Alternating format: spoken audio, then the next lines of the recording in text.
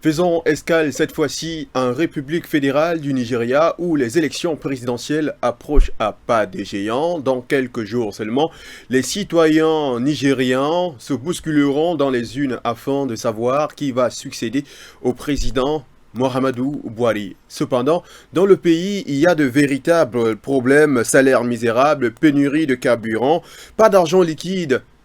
Je vous propose de regarder cet élément de vidéo de Marie-Laure Kemen.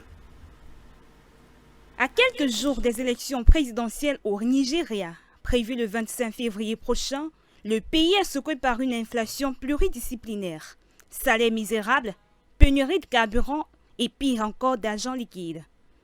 La plupart des Nigériens sont contraints de cumuler plusieurs emplois formels et informels pour faire vivre leur famille.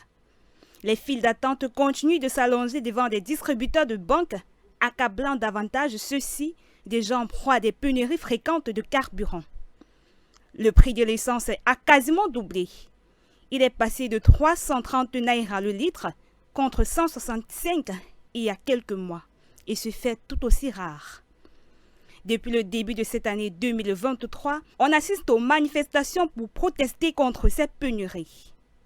Ces troubles ont commencé dans plusieurs quartiers lorsque les clients en colère ont protesté parce qu'ils ne pouvaient ni retirer leur argent ni changer leurs vieux billets pour des nouveaux.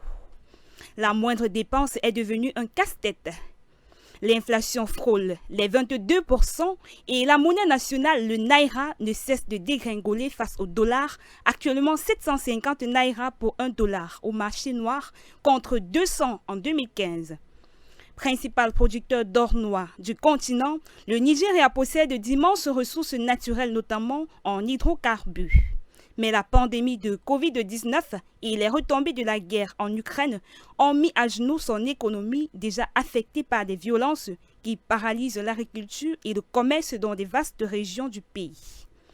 Le redressement économique du géant anglophone, pays de 215 millions d'habitants dont 63% de pauvres, sera l'un des grands enjeux du scrutin avec l'insécurité qui se traduit par rébellion djihadiste, criminalité et revendications séparatistes.